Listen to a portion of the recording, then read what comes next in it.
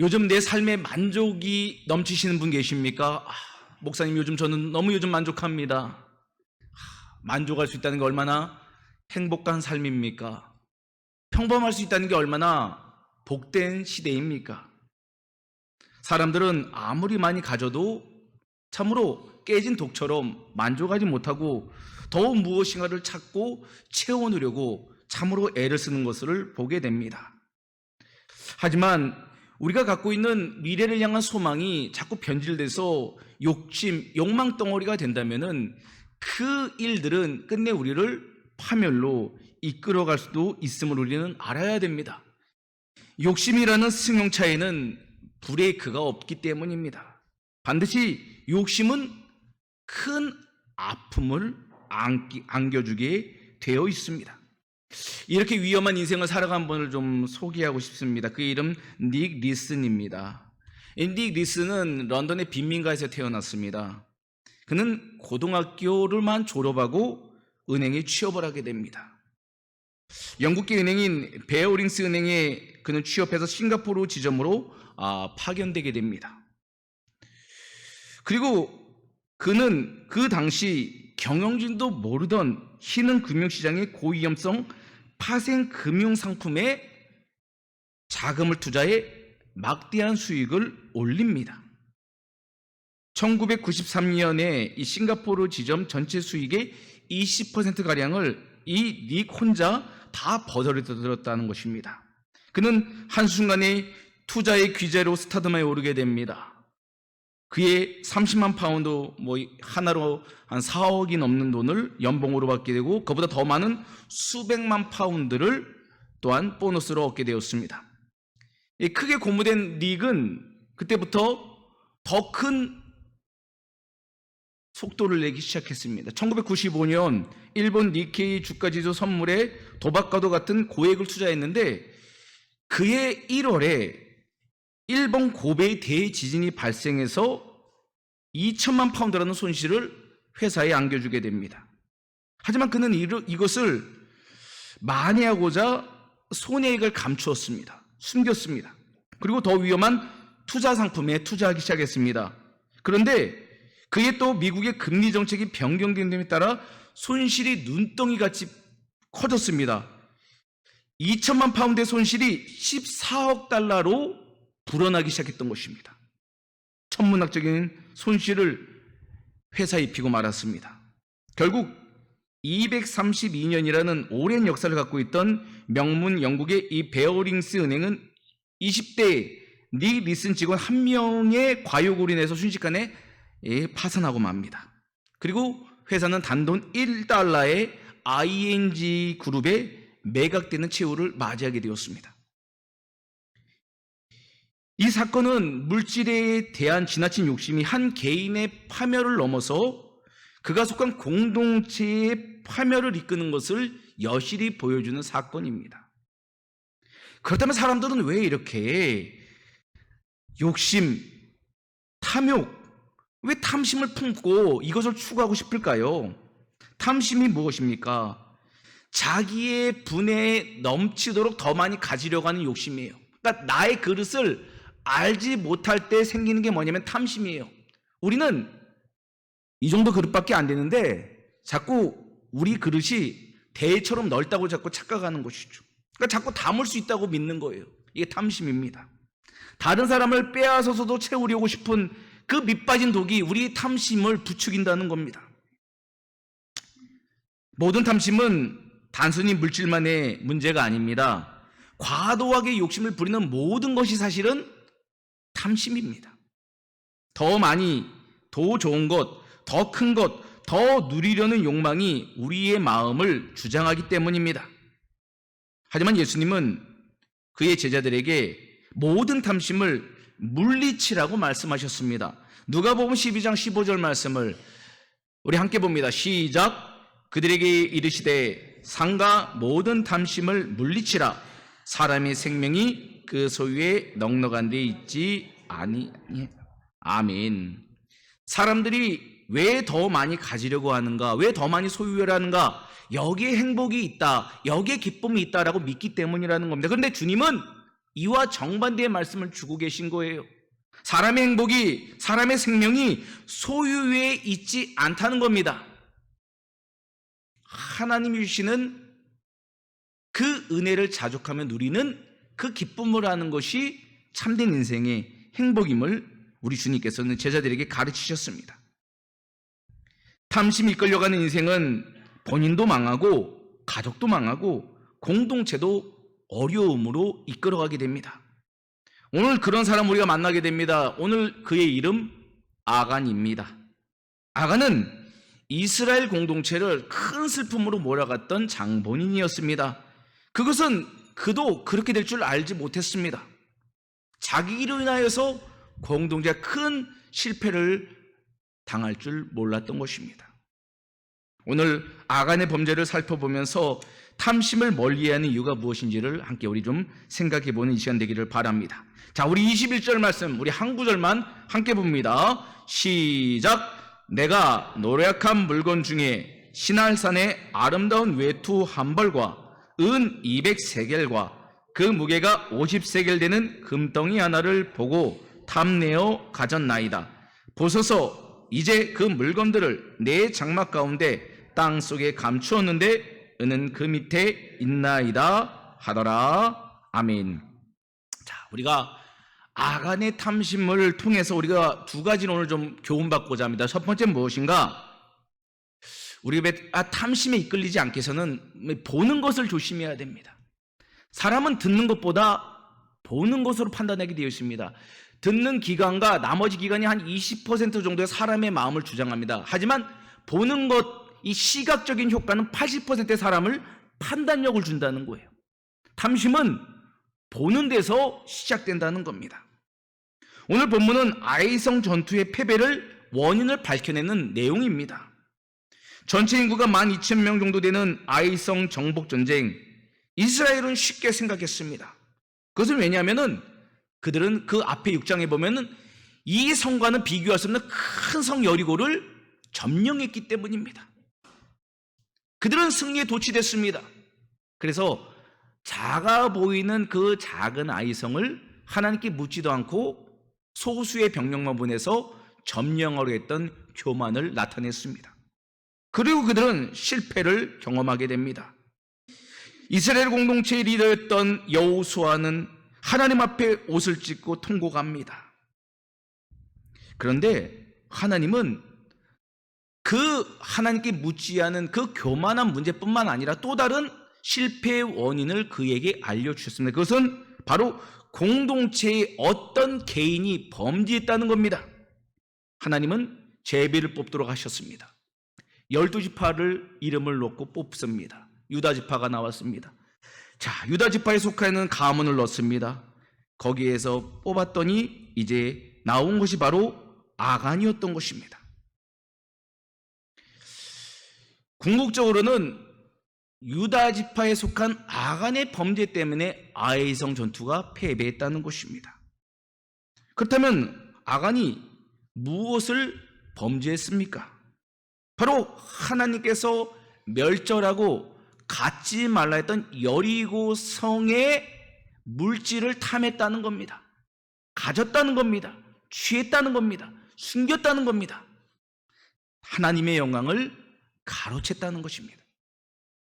오늘 본문 우리가 읽은 말씀을 잘 보면은 그가 하나님의 준엄한 명령을 알았지만 그는 여리고 성에서 노력한 물건을 보고 탐내어 가졌다라고 성경에 기록하고 있습니다. 보고 탐내어 가졌다. 보는 게 먼저 시작됐어요. 보암직했습니다. 근데 아간의 이 탐심의 모습은 그의 만의 모습은 아니었습니다.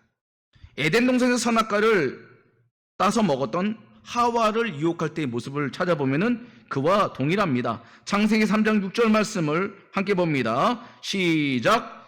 여자가 그 나무를 본즉 먹음직도 하고 보암직도 하고 지혜롭게 할 만큼 탐스럽기도 한 나무인지라.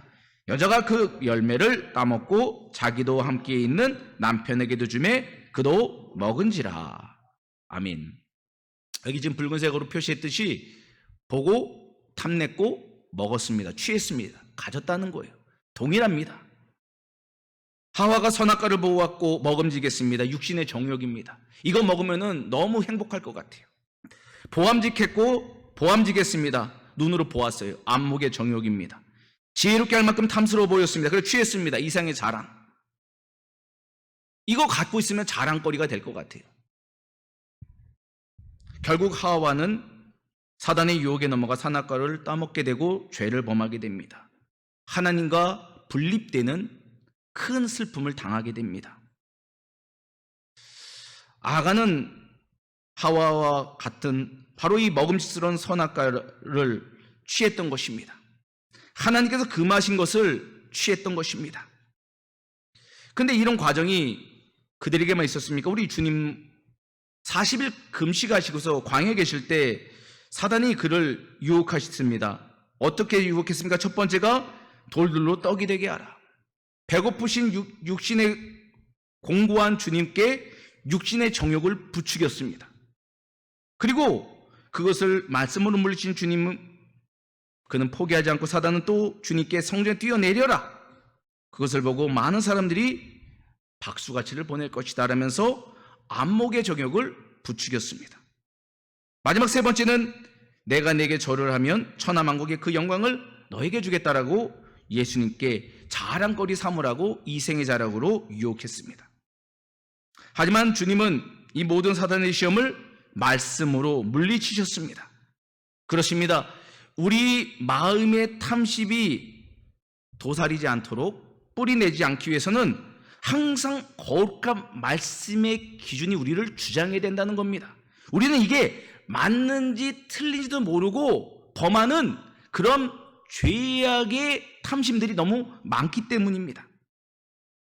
우리의 힘으로는 사단이 던지는 올무를 피할 수가 없습니다. 사단은 우리의 연약한 것을 너무 잘 알고 있기 때문입니다. C.S. 루이스의 사자와 마녀의 옷장이라는 이 책에 보면은 우리가 잘 아는 나니아 연대기 있지 않습니까? 이 편에 보면은 이 악한 마녀가 소년 에드먼드를 죽이려고 사용한 도구가 등장합니다. 그것이 바로 터키시 딜라이트라는 젤리입니다.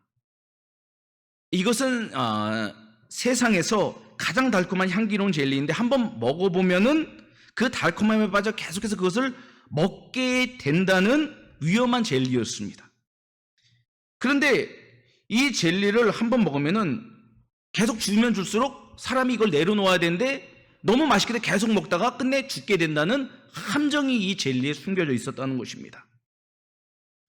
터키시 딜라이트 젤리는 달콤한 맛으로 사람을 서서히 죽음의 골짜기에 이끄는 무서운 독약이었던 것입니다.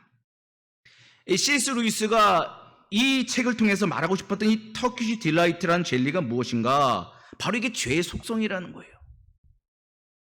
탐심이라는 그 우리가 말해보는 참 좋아 보이는 그 속에 들어있는 죄의 속성이 무엇인가? 바로 우리를 사망으로 이끌어 간다는 거예요. 이 터키시 딜라이트 젤리처럼 달콤한 말로 우리를 유혹하는 것이 바로 이 사탄의 전략인데 그것을 따라가고 그것을 보고 그것을 먹게 되면 어떻게 됩니까? 끝내 사람이 다다를 종국의 장소는 사망이라는 겁니다. 사망. 이거를 지금 이 책에서 지금 이야기하고 있는 것입니다. 사단은 우리에게 항상 이렇게 말을 합니다. 이번이 마지막인데 뭘. 이 정도는 괜찮아. 어쩔 수 없는 불가피한 일이었어. 누구나 이해할 수 있을 거야. 이렇게 넘어갑니다.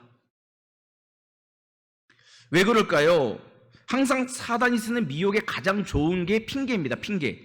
핑계가 왜 무섭나? 바로 이 터키시 딜라이트의 젤리에 단 것처럼 우리를 다가오는 어떤 그런 유혹에 당의를 뿌리고 있어요. 당의가 뭐냐면은 이 겉에 단 거를 만들어 놓은 거예요. 속은 쓰고 사망인데 전혀 그것을 못 느끼도록 달게 겉을 표현한 게 바로 이 당이라는 거예요. 사단의 미혹이 그래요. 우리 눈에 보이게 우리 마음에 기쁨을 주도록 우리 인생에 행복을 줄 것처럼 자꾸 우리에게 다가온다는 겁니다. 하지만 우리는 기억해야 됩니다. 죄는 항상 달콤합니다. 그러나 그것의 종착역은 사망입니다.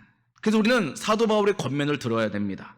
우리 갈라디아서 5장 16절 말씀 함께 봅니다. 시작. 내가 이르노니 너희는 성령을 따라 행하라.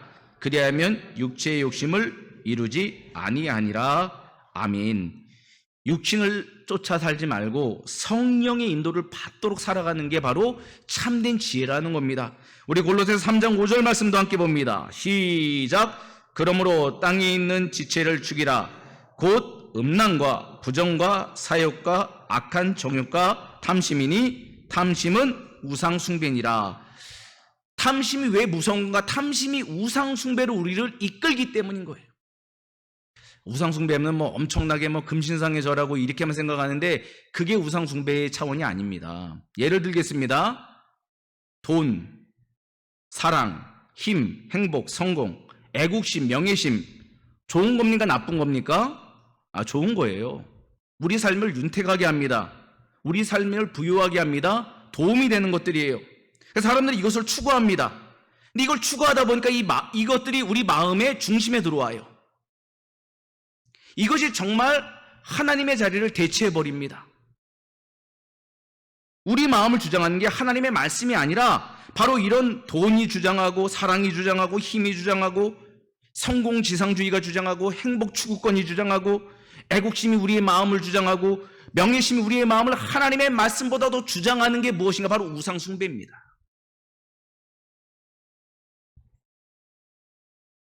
근데 우리는 그거를 너무 쉽게 아무렇지 않게 생각합니다. 왜냐하면 그게 우상이 아니라고 생각하기 때문이라는 거예요. 이게 무서운 함정인 거예요. 당이처럼 이런 우리가 추구하는 이상이 겉을 달콤하게 만들어서 전혀 문제가 없도록 느끼게 한다는 것이죠.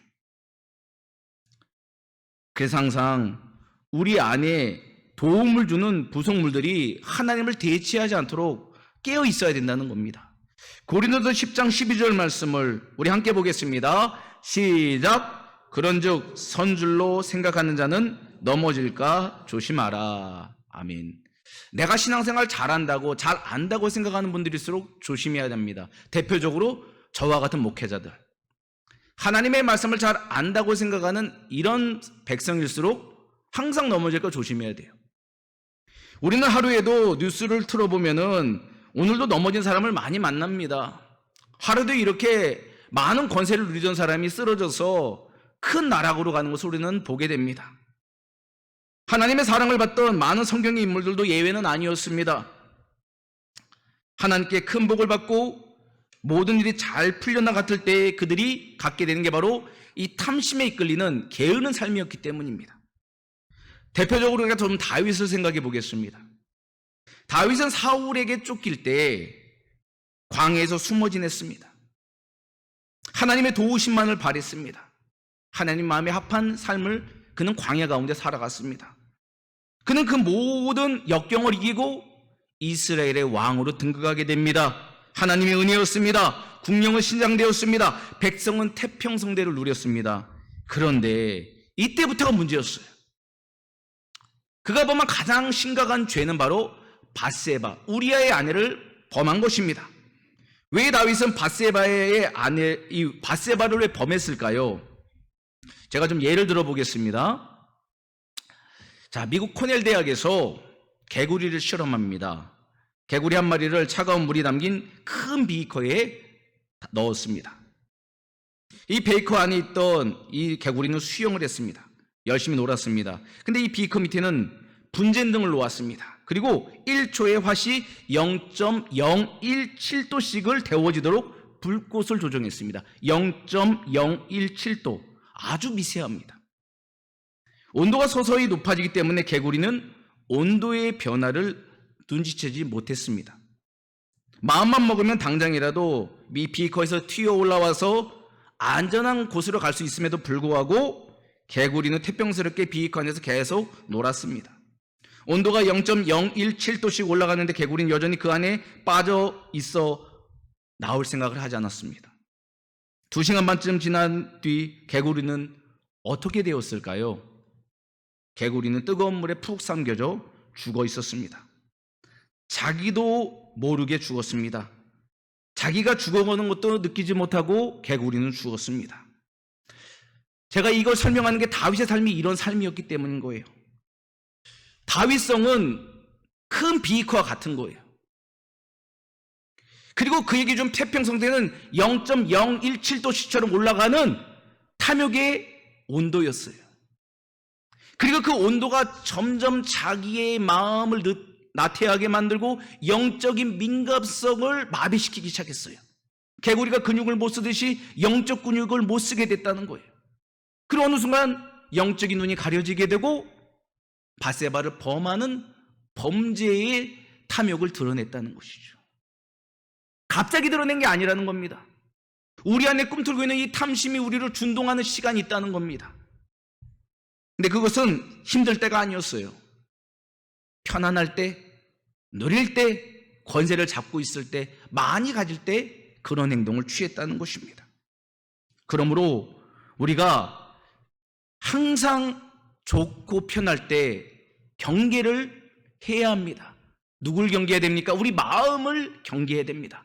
우리 마음에 지금 누가 주인인가? 우리를 누가 이끌어가고 있는가를 살펴보아야 합니다.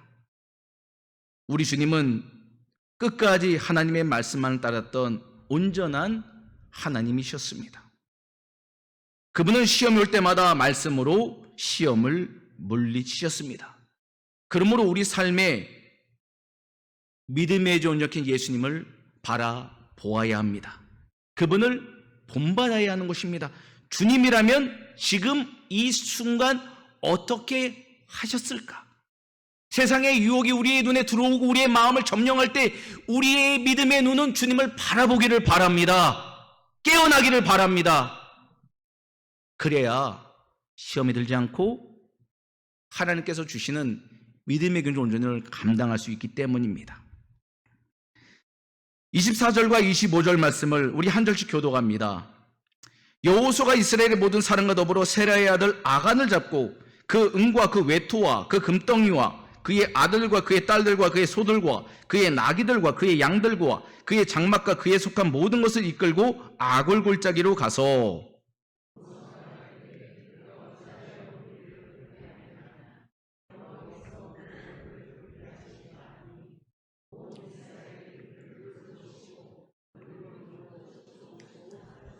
아멘. 자, 우리가 아간의 탐욕을 통해서 배우는 두 번째 교훈은 뭐냐면 죄의 영향력은 개인을 넘어 공동체를 범죄하게 만든다는 사실입니다. 나 한 명의 범죄가 아닙니다. 공동체의 범죄를 발생하는 게 바로 이 죄의 이 덫인 것입니다. 아간의 고백을 들은 여호수아는 사람들을 보내어 아간의 장막을 수색하게 합니다. 그리고 아이성 패배의 원인을 증거를 찾게 됩니다.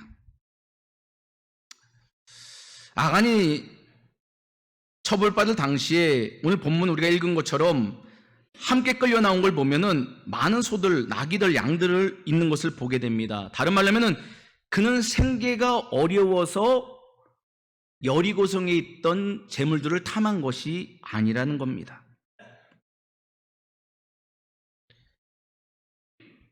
아간이 훔친 물건들은 또한 그만 알고 있었던 것도 아니고 장막 안에 숨겨져 있을 때 그 장막 안에 함께 거했던 가족들도 이 사실을 다 알고 묵인했다는 겁니다. 그의 범죄에 지금 동참했다는 것입니다. 아간의 범죄는 개인의 죄로 끝나지 않음을 우리는 알게 됩니다. 우리 한 사람의 잘못된 선택이 아무리 사소해 보여도 그것이 우리만의 문제를 넘어간다는 겁니다. 그것은 우리 가정을, 우리 교회를, 이 민족을 파탄으로 이끌 수도 있는 위험성이 있다는 것입니다. 개인과 공동체는 연결되어 있습니다. 여리고성 전투 후에 일어난 이 아간의 범죄는 그의 가정을 파멸시키고 바로 다음 정복전쟁인 아이성의 실패를 우리에게 생생하게 보여주는 실패의 결과물이었습니다. 하나님은 우리가 거룩한 삶을 살기를 원하십니다. 가정이, 교회가 거룩한 공동체가 되기를 원하십니다. 우리는 가정의 일원이고 교회의 지체이며 하나님 나라의 백성임을 잊지 마시기를 바랍니다. 우리 개인의 범죄는 우리가 속해 있는 공동체를 아프게 합니다. 특별히 신앙 공동체는 항상 영향력을 주는 관계에 있음을 우리는 잊지 말아야 합니다. 최근에 그 미국 재무장관 이 베센트가 중국 부총리 허리펑을 스위스에서 만나서 대담을 가졌습니다. 여러 가지 무역이라든지 여러 가지 얘기했는데 이 중에 사안 중 하나가 뭐였냐면은 마약에 관련된 내용이었습니다. 미국 재무장관은 이 펜타닐이라는 마약에 사용되는 재료의 유통을 막는데 중국이 협조해 줄 것을 요청했습니다. 이 펜타닐이라는 이 마약의 크기가 우리가 아는 그 각설탕 한 개 정도의 분량이면은 1만 명을 중독시킨다고 합니다. 그 정도 양이면 1만 명 중독이 되고 끝내 그를 사망으로 이끈다는 것이요. 그래서 지금 미국이 마약과의 전쟁을 선포한 거예요. 대표적으로 이 펜타닐의 원료를 만들어내는 그 회사들이 중국계사라고 미국은 생각하고 있기 때문입니다. 아무것도 아닌 각설탕 하나가 1만 명을 전염시키듯이 아무것도 아닌 나 한 사람의 잘못이 우리가 속해 있는 공동체를 병들게 할 수 있음을 제가 설명하기 위해서 이걸 지금 이야기하는 거예요. 아무것도 아닌 것처럼 보입니다. 이 한 알이 크기가 뭐라고요? 이게 하나가 뭐 그렇게 크다고요? 라고 나는 생각할지 모르지만 그 하나가 나도 우리 가정도 우리가 속한 공동체를 무너뜨릴 수 있다는 거예요. 그러므로 우리는 깨어서 철저히 이것을 봉쇄해야 됩니다. 물리쳐야 하는 것입니다. 나 자신 한 명 지키는 것이 공동체를 지키는 시작이기 때문입니다. 야고보서 1장 15절 말씀을 우리 함께 보겠습니다. 시작. 욕심이 잉태한 즉 죄를 낳고 죄가 장성한 즉 사망을 낳느니라. 아멘. 죄된 생각을 그냥 두지 마십시오. 생각을 그냥 두면은 행동으로 옮겨지게 되어 있습니다. 그리고 그 행동을 보는 또 다른 지체들은 그 행동을 또 따라하게 되어 있습니다. 그러므로 또 다른 죄를 낳아서도 안 되고 또 다른 사람에게 나쁜 영향을 주어서도 안 되는 겁니다. 그렇다면 어떻게 됩니까? 요한일서 1장 9절 말씀을 우리 함께 봅니다. 시작. 만일 우리가 우리 죄를 자백하면 그는 밉보시고 의로우사 우리 죄를 사하시며 우리를 모든 불의에서 깨끗하게 하실 것이요. 아멘. 우리가 혹여라도 마음의 생각이라든지 행동이라든지 어떤 작은 실수와 죄를 범했을 때 그거를 쉽게 생각하지 말고 하나님 앞에 가지고 나와서 기도해야 됩니다. 회개해야 됩니다. 십자가의 보혈로 충만함을 입도록 주님을 찾아야 한다는 것입니다. 주님, 어떻게 하면 좋습니까? 주님의 뜻을 묻고 또 물어야 합니다. 주님, 이 시간 우리 마음을 회복시키옵소서. 주님 앞에 회개된다는 것입니다. 그렇게 한 사람이 탐심의 길에서 벗어날 때 그 사람만 사는 것이 아니라 그가 속해 있는 공동체가 함께 살아나기 때문입니다. 사랑하는 성도 여러분, 우리는 죄를 이기게 하시는 예수님의 보혈을 힘입어 이제는 새로운 삶을 살아가기를 간절히 소망합니다. 오징어 게임의 드라마에 이런 대사가 나왔습니다. 이러다 다 죽어. 이러다 다 죽어. 내가 범죄하면 가정이 죽고 교회가 죽습니다. 하지만 내가 회개하면 가정이 살고 교회가 살아나게 됩니다. 죄는 크든 작든 하나님 앞에서 동일한 결과를 가져옵니다. 그러므로 눈을 통해 들어오는 모든 탐심과 탐욕을 예수의 이름으로 물리치시기를 바랍니다. 무엇보다 우리 자신을 거룩함으로 지켜 우리가 속해 있는 가정, 교회를 아름답게 세워나가는 주님의 신실한 일꾼을 다 되기를 주님의 이름으로 축원합니다.